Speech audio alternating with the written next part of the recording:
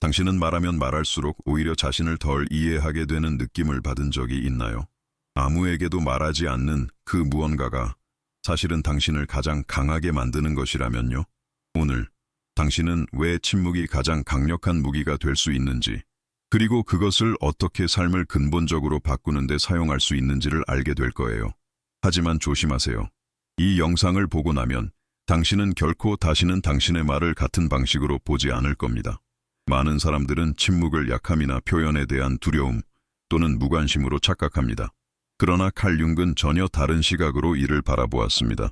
그에게 침묵은 부재가 아니라 존재였고 비겁함이 아니라 내면의 힘이었습니다.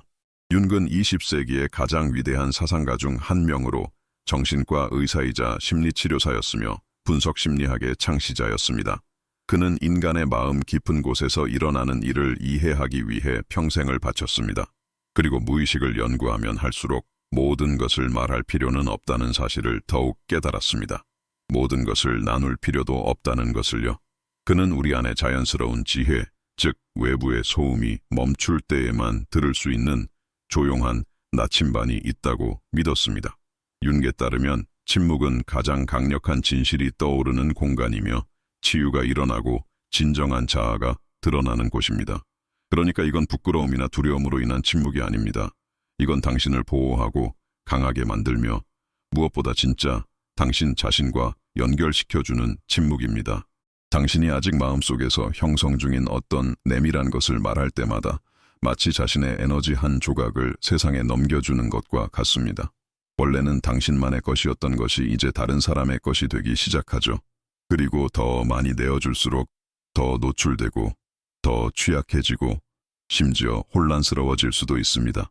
지키는 데서 오는 힘이 있습니다. 그리고 당신이 자신의 감정이나 계획, 아픔을 준비 없이 무의식적으로 너무 많이 말할 때 그 힘은 약해집니다. 당신은 단순히 감정을 나누는 것이 아니라 그것을 희석시키는 것이기도 합니다. 오늘날 우리는 모든 것을 공유하라는 압박을 받고 살아갑니다. 사진, 생각, 고통, 승리, 좌절. SNS는 우리가 말하지 않으면 살아온 것이 아니라고 착각하게 만듭니다. 하지만 진실은 당신이 자신을 설명하고 해명하고 노출할수록 점점 더 당신의 중심으로부터 멀어진다는 것입니다. 하소연하는 것이 어느새 자동적인 습관이 되어버렸습니다. 하지만 항상 위로가 되는 것은 아닙니다. 때로는 침묵 속에서 감싸 안아야 할 고통을 그냥 흩뿌리는 것일 뿐입니다. 당신이 설명하는 데 쓰는 에너지는 변화를 만드는 데 쓸 수 있는 에너지일지도 모릅니다. 너무 많이 말하면 지칩니다. 너무 많이 드러내면 소진됩니다. 그리고 치유의 과정이어야 할 것이 되돌릴 수 없는 쇼가 되어버립니다. 질문은 이겁니다. 당신은 이해받기 위해 말하고 있나요? 아니면 당신이 느끼는 것을 어떻게 해야 할지 몰라서 말하고 있는 건가요? 첫 번째 교훈. 말은 당신이 생각하는 것보다 더 많은 것을 드러냅니다. 개인적인 이야기를 할 때마다 당신은 흔적을 남기고 있습니다. 듣는 사람에게만이 아니라 당신 자신에게도 말은 아직 형성 중이던 것을 구체화시키는 힘이 있습니다. 그리고 너무 이른 시점에 말을 꺼내면 아직 성숙을 위해 침묵이 필요했던 과정을 앞당겨버릴 수 있습니다. 충동적으로 무언가를 말한 후에 무언가를 잃어버린 느낌을 받은 적 있지 않나요? 어떤 아이디어, 감정, 유망해 보이던 계획이 갑자기 공허하게 느껴졌던 적, 그건 우연이 아닙니다. 흩어진 에너지입니다. 두 번째, 교훈. 당신이 말하지 않은 것들은 당신 안에서 더욱 강해집니다. 아직 드러내지 않은 것들 속에 숨겨진 힘이 있습니다. 두려움이 아니라 의식적으로 간직한 것들은 성숙함과 내면의 견고함으로 바뀝니다. 어떤 순간들은 온전히 혼자서 세상과 나누지 않고 살아낼 때 더 큰 의미를 가진다는 걸 느껴본 적 있지 않나요?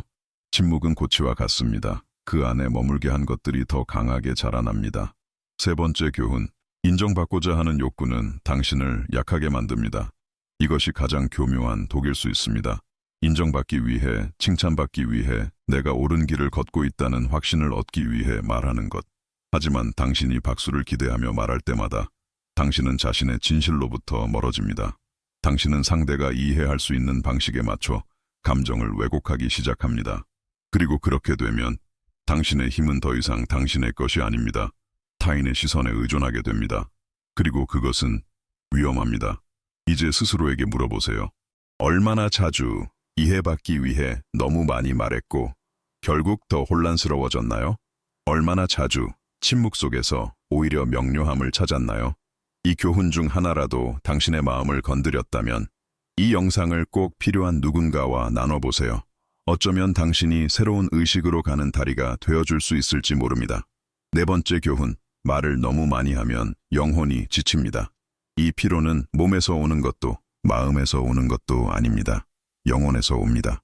잘못된 사람들과 잘못된 타이밍에 너무 많이 자신을 열어버린 후에 느끼는 그 무게 말입니다. 그런 경험 있지 않나요? 대화를 마치고 오히려 더 약해진 기분. 그것이 바로 감정적 소진입니다. 고통을 담은 말은 준비 없이 말했을 때 그 고통을 다시 불러옵니다. 당신은 여전히 치유 중이던 것을 다시 겪게 됩니다. 그리고 위로 대신 공허함이 남습니다. 다섯 번째 교훈, 모든 사람이 당신의 고통에 접근할 자격이 있는 것은 아닙니다. 당신의 이야기는 신성합니다. 모든 귀가 존중을 담아 듣는 것은 아닙니다. 어떤 사람은 단순한 호기심으로 듣고, 어떤 사람은 판단하기 위해, 어떤 사람은 심지어 질투심으로 듣습니다. 준비되지 않은 사람에게 너무 많은 것을 털어놓으면 당신은 다시 상처받게 됩니다. 이번엔 상대의 반응으로 인해, 그러니 자신의 고통을 지키는 것은 이기심이 아닙니다. 그것은 지혜입니다. 냉정함이 아니라 자기 돌봄입니다. 당신이 느끼는 것이 진짜가 되기 위해 모두가 알 필요는 없습니다. 여섯 번째 교훈, 진정한 변화는 침묵 속에서 일어납니다. 인생의 가장 큰 변화들은 소란 속에서 일어나지 않습니다. SNS 글, 대화, 하소연 속에서도 아닙니다. 변화는 고독 속에서, 당신의 방 안의 침묵 속에서, 아무도 보고 있지 않을 때 일어납니다. 바로 그곳에서 당신은 모든 것을 다시 세웁니다. 바로 거기서 당신은 진짜로 변합니다. 윤근 변형의 과정을 연금술사의 작업에 비유했습니다. 느리고 내면적이며 강력하고 은밀한 작업. 씨앗이 자라날 때 어둠이 필요하듯 침묵도 필요합니다. 그러니 당신의 과정을 존중하세요. 당신 안에서 태어나고 있는 것을 지키세요. 때가 되기 전에 드러내지 마세요. 아직 약한 것을 노출하지 마세요. 소중한 것은 시간과 무엇보다도 침묵을 필요로 합니다. 칼 융은 인간의 영혼을 변화의 장으로 보았습니다. 그에게 내면 성장은 연금술과 비슷한 것이었습니다. 연금술이란 무엇일까요? 납을 금으로 바꾸는 고대의 실천. 하지만 그 과정은 모두가 보는 앞에서 일어나지 않았습니다. 닫힌 실험실 안에서, 호기심 어린 눈에서 멀리 떨어져 조용히 이루어졌습니다. 융은 우리도 그런 변화 과정을 겪는다고 믿었습니다. 다만 금속이 아니라 우리 자신이 변하는 것입니다. 우리의 두려움이 용기로, 우리의 고통이 지혜로, 우리의 그림자가 빛으로 바뀌는 과정. 그리고 이 모든 것은 침묵 속에서 일어납니다. 침묵은 공허가 아닙니다.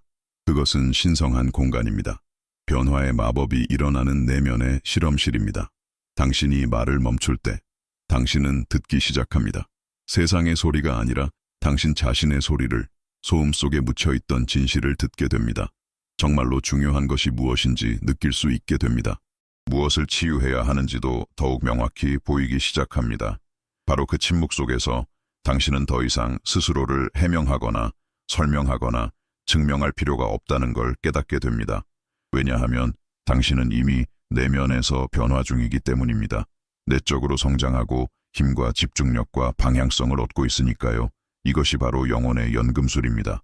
조용하고 깊고 강력한 작업.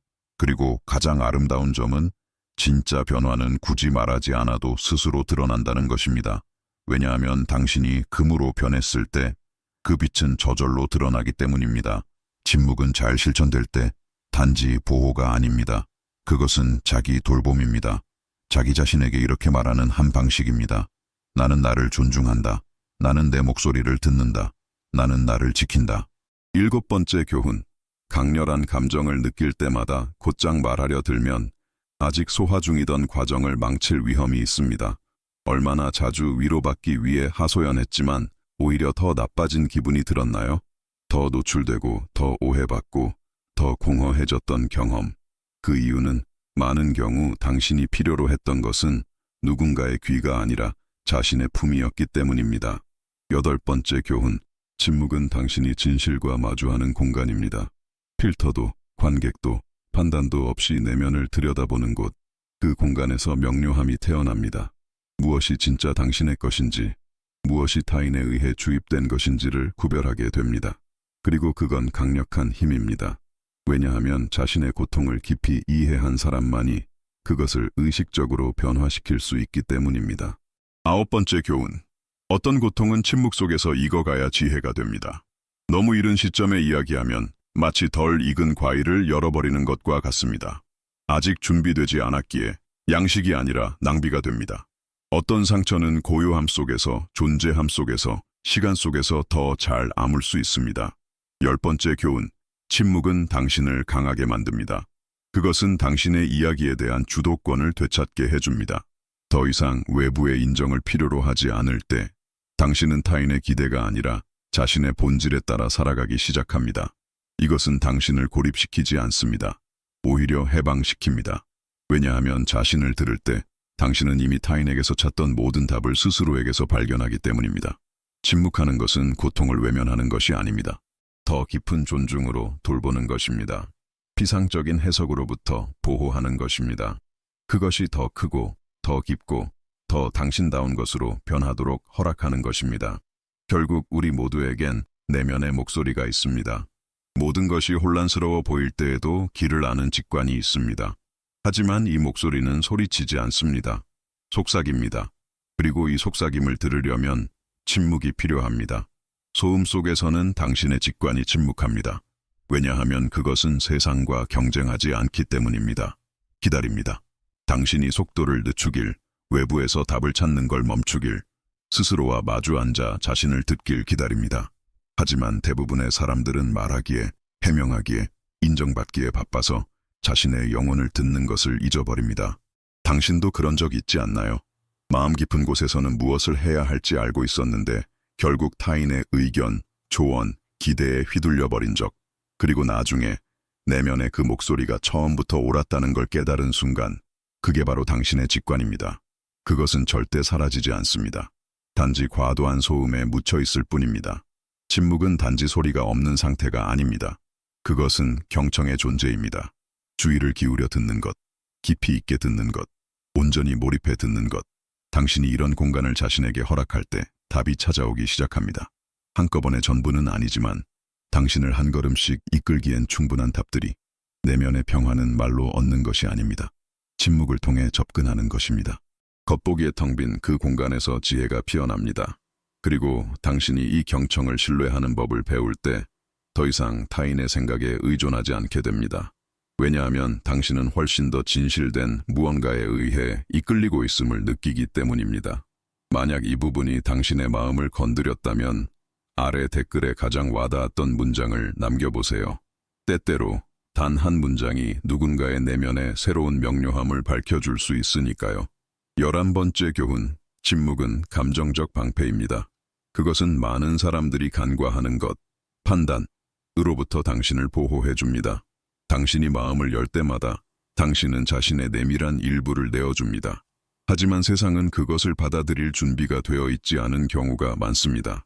어떤 사람은 이해하려고 듣지만 어떤 사람은 비판하려고, 왜곡하려고, 혹은 당신을 상처 입히기 위해 듣습니다. 그리고 시간이 지나면 그런 반응이 당신이 원래 안고 있던 문제보다 더 깊은 상처를 남기게 됩니다. 모든 사람이 당신의 상태를 알 자격이 있는 것은 아닙니다. 이 말이 냉정하게 들릴 수 있지만 이것이 가장 순수한 진실입니다. 어떤 사람은 예의로 묻고 어떤 사람은 호기심으로 또 어떤 사람은 단지 자기 입장에서 편하게 하려고 묻습니다.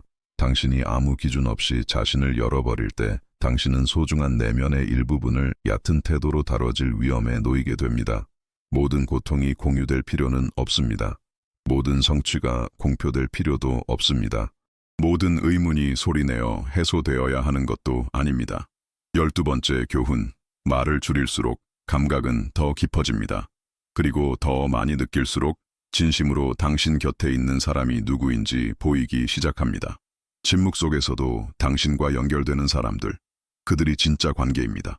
침묵은 얕은 인연을 멀어지게 하고 깊은 인연을 단단하게 만듭니다. 그것은 당신의 이야기가 아니라 당신의 본질에 관심 있는 사람을 보여줍니다. 침묵을 지키는 것은 감정적 전략이기도 합니다. 당신은 항상 자신을 설명할 필요가 없습니다. 감정을 납득시키려고 애쓸 필요도 없습니다. 때로 당신을 보호하는 것은 말이 아니라 말의 부재입니다. 침묵으로 응답할 때 당신은 상대가 당신을 조종할 수 있는 힘을 빼앗는 것입니다. 그 게임에서 빠져나오는 것입니다. 반응하지 않기로 선택하는 것입니다. 그리고 그것은 당신의 반응에 익숙한 사람에게는 불안감을 줍니다. 왜냐하면 침묵 또한 존중을 요구하기 때문입니다. 13번째 교훈, 침묵은 당신에게 다시 통제권을 돌려줍니다.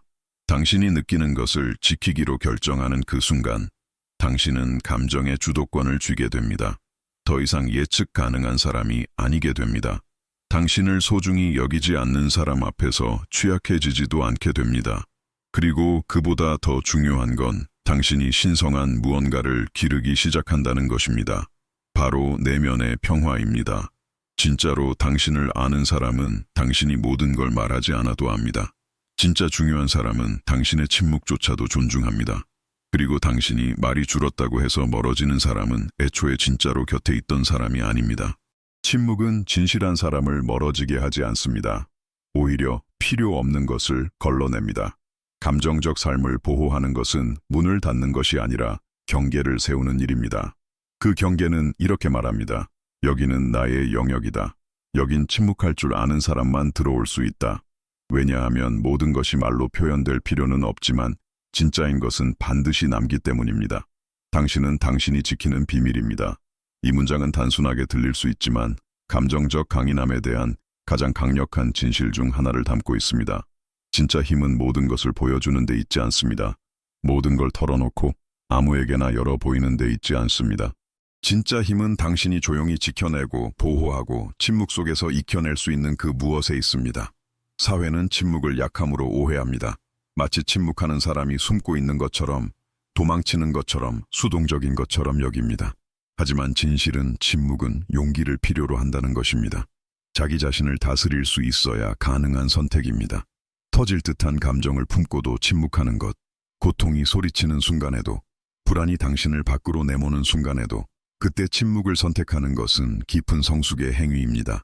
성숙이란 모든 것이 즉각적인 반응을 필요로 하지 않는다는 걸 아는 것입니다. 모든 고통이 설명되어야 하는 것은 아니며 모든 감정이 드러나야 하는 것도 아니라는 것을 아는 것입니다. 당신이 내면에서 경험하는 것은 세상에 던져 이해받기를 기다릴 만큼 가벼운 것이 아니라는 걸 아는 것입니다. 침묵은 성숙한 영혼의 언어입니다. 그것은 이렇게 말합니다. 나는 내가 무엇을 느끼고 있는지 안다. 그걸로 충분하다. 나는 누구에게도 증명할 필요가 없다. 나는 내 안에서 이미 진실된 것을 외부의 인정으로 확인받을 필요가 없다.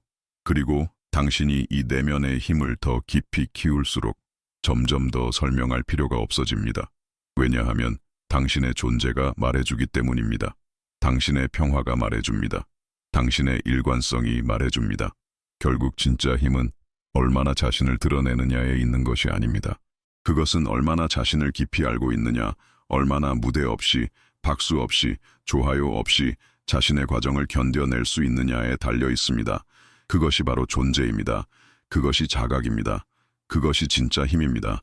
그리고 당신이 여기까지 온 것은 깊은 내면에서 이미 알고 있기 때문입니다. 이것이 당신이 길러가고 싶은 힘이라는 것을, 무대가 필요 없는 힘, 침묵 속에서 태어나 단 한마디 없이 모든 것을 변화시키는 조용한 힘. 이제 이 모든 말을 들었으니 잠시 멈춰보세요. 깊이 숨을 들이쉬고 가능하다면 눈을 감아보세요. 그리고 자신에게 물어보세요. 지금 내 안에서 무엇이 침묵을 필요로 하고 있는가? 내가 지나치게 드러내고 있는 것 중 사실은 단지 보호받아야 할 것은 무엇인가? 침묵은 부재가 아닙니다. 그것은 존재입니다. 에너지를 어디에 둘지에 대한 의식적인 선택입니다. 그것은 약함이 아니라 힘의 표현입니다. 타인의 목소리를 듣기 전에 자신의 목소리를 듣는 방식, 바깥의 위로를 찾기 전에 자신을 돌보는 방식, 세상의 설명을 요구하기 전에 스스로를 이해하는 방식입니다. 당신이 보호하는 것은 자라납니다. 당신이 지나치게 드러내는 것은 흩어집니다. 모든 신성한 것은 침묵에서 시작됩니다. 아이디어도, 치유도, 새로운 시작도 당신이 숨어 있기 때문이 아니라 사물의 시간을 존중하고 있기 때문입니다. 당신의 과정의 시간, 당신의 영혼의 시간. 그래서 내가 당신에게 주는 도전은 단순하지만 깊은 것입니다. 자신과 함께 보내는 시간을 늘려보세요. 자신의 침묵과 함께, 자신의 생각과 함께. 소음이 멈출 때 무엇이 떠오르는지 지켜보세요. 모든 것을 말하려 하지 말고 끝까지 느껴보세요. 말로 바꾸지 않은 채 당신은 그로부터 오는 명료함에 놀라게 될 것입니다. 만약 이 영상이 당신 안에서 무언가를 일깨웠다면 지금 누군가에게 이 메시지를 보내보세요. 그것이 얼마나 큰 도움이 될지는 아무도 모릅니다. 어쩌면 이 메시지가 누군가에게 꼭 필요했던 말일지도 모릅니다. 하지만 아직 어떻게 말해야 할지 몰랐던 당신이 그 다리가 되어주세요. 왜냐하면 때때로 인생을 바꾸는 건 한마디 없는 공유의 침묵에서 시작되니까요. 침묵은 변화를 일으킵니다. 칼 융은 그것을 알고 있었습니다. 그는 우리에게 진짜 성장은 소란 속에서, 조급함 속에서, 끊임없이 이해받으려는 갈망 속에서 일어나지 않는다고 가르쳤습니다. 성장은 내면에서 일어납니다. 어둠 속에서, 고요함 속에서, 생각과 생각 사이의 공간에서, 오직 당신만이 들어갈 수 있는 그곳에서. 여기까지 함께 해주신 당신께 진심으로 감사드립니다.